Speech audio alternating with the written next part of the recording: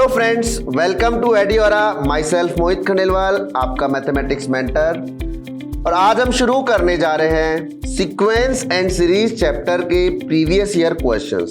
Specially जो JEE mains exam में पूछे गए हैं उन सभी क्वेश्चंस को हम डिस्कस करेंगे, जिससे आपको एक ब्रीफ आइडिया मिलेगा कि किस टाइप के क्वेश्चंस इस चैप्टर से पूछे जाते हैं, इस पर्टिकुलर चैप्टर का वेटेज कितना है, एग्जाम से कितने क्वेश्चंस आते हैं और किस पर्टिकुलर एरिया पर आपको फोकस करना है, जिससे एग्जाम में आप ज़्यादा मार्क्स स्कोर करें। तो चलिए स्टार्ट करते हैं सीक्वेंस एंड सीरीज के प्रीवियस ईयर क्वेश्चंस। देखिए क्या है।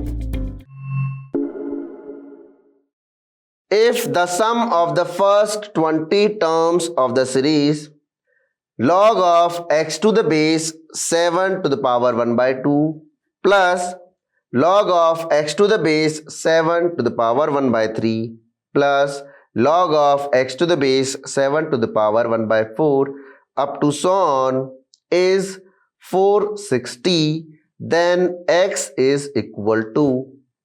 ऑप्शन है आपके, ए ऑप्शन है ई स्क्वायर, ऑप्शन बी है 7 to the power half, option C है 7 स्क्वायर एंड ऑप्शन डी है 7 टू द पावर 46 बाय 21। ये क्वेश्चन जेईई मेंस 2020 में ही पूछा गया था। ट्राई करके देखिए किस तरह से इसे सॉल्व करेंगे और आंसर बताइए। बहुत ही आसान सवाल है, ट्राई करो एक बार।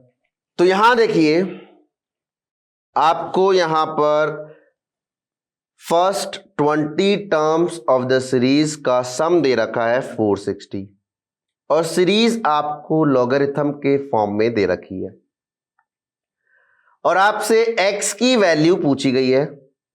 तो पहले आप इस सीरीज को सिंप्लीफाई करें। देखो कैसे। सीरीज आपको गिवन है log of x to the base 7 to the power half plus log of x to the base 7 to the power 1 by 3 plus log of x to the base 7 to the power 1 by 4 up to so on 20 terms तक है। मतलब ये आपको मिलेगा log of x to the base 7 to the power 1 by 21। ठीक है। अब आप यहां पर इसे सिंप्लीफाई करो तो लॉगरिथम की प्रॉपर्टी लगेगी। क्या होती है? हमें पता है कि जब लॉग में बेस पर पावर आती है तो वो पावर लॉगरिथम के आगे आकर डिवाइड हो जाती है।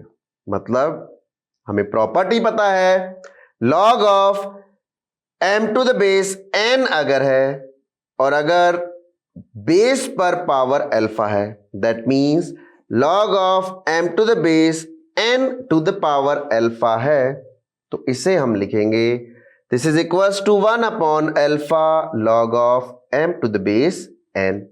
यही लिखेंगे। ये लॉगरिथम की प्रॉपर्टी पता है तो बस वही प्रॉपर्टी यूज करेंगे। तो यहां आपको सीरीज में जितने भी टर्म्स दे रखे हैं उसमें बेस पर पावर दे रखी है p बाय क्यू की फॉर्म में। तो हम उस पावर को आगे लेके आएंगे और उससे डिवाइड करेंगे तो ओवरऑल आपको न्यूमरेटर में नंबर मिलेगा। देखो क्या मिलेगा। यहां आप इसे लिख सकते हैं 2 log of x to the base 7 plus 3 log of x to the base 7 up to so on 21 log of x to the base 7। अब इन सभी में log of x to the base 7 common आ गया तो आपको ये मिलेगा log of x to the base 7 into 2 plus 3 plus up to so on 21 and this is equals to आपको गिवन है 460। ये 460 के बराबर हुआ। अब आपको ये समेशन निकालना है। तो समेशन कैसे निकालोगे? तो ये आपको एपी दे रखी है, 20 टर्म्स की एपी है। यहां पे 2 3 4 अप टू सो ऑन 21 तक का सम निकालना है। तो आपको ये मिलेगा log of x to the base 7 multiplied by 20 upon 2 into 2 plus 21 and this is equals to कितना होगा 460 के बराबर। इसे आप लिख सकते हैं log of x to the base 7 into 10 into 23 is equals to 460. That means log of x to the base 7 into 230 is equals to 460. तो यहां से आपको मिलेगा log of x to the base 7 is equals to 2. अब यहां से x निकालना है तो log हटाएंगे तो एंटी लॉग लेंगे, तो यहां से आपको मिलेगा x is equals to 7 square, that means x is equals to 49.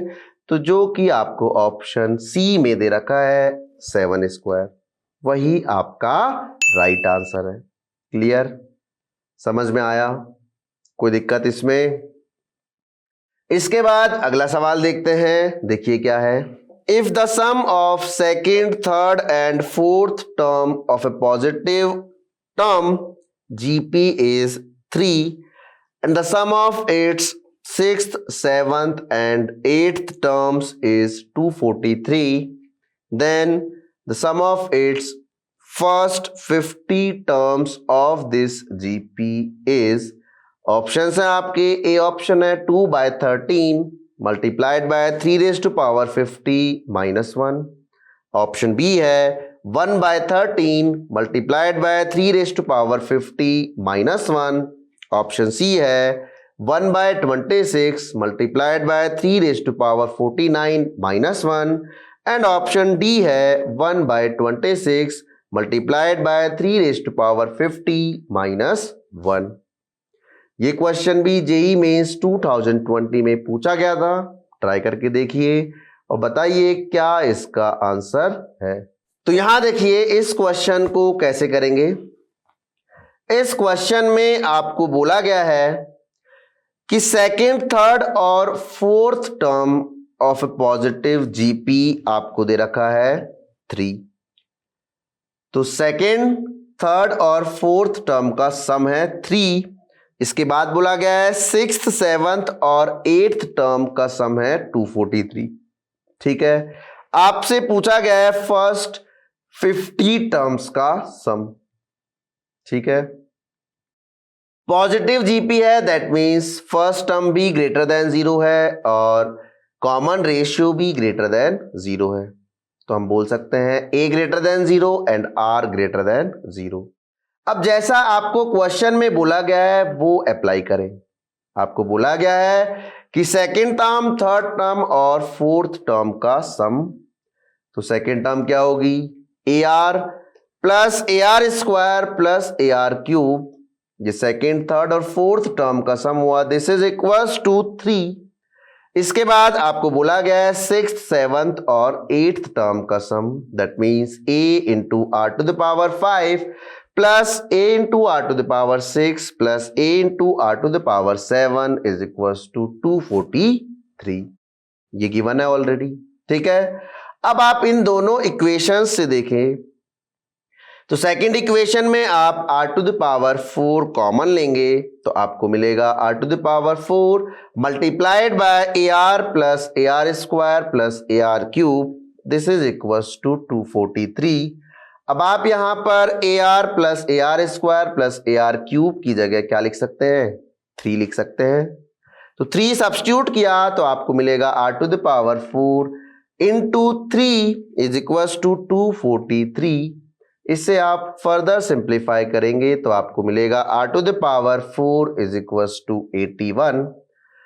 तो यहां से आपको r मिल जाएगा 3 के बराबर, क्योंकि r ग्रेटर देन 0 है तो केवल +3 ही कंसिडर करेंगे।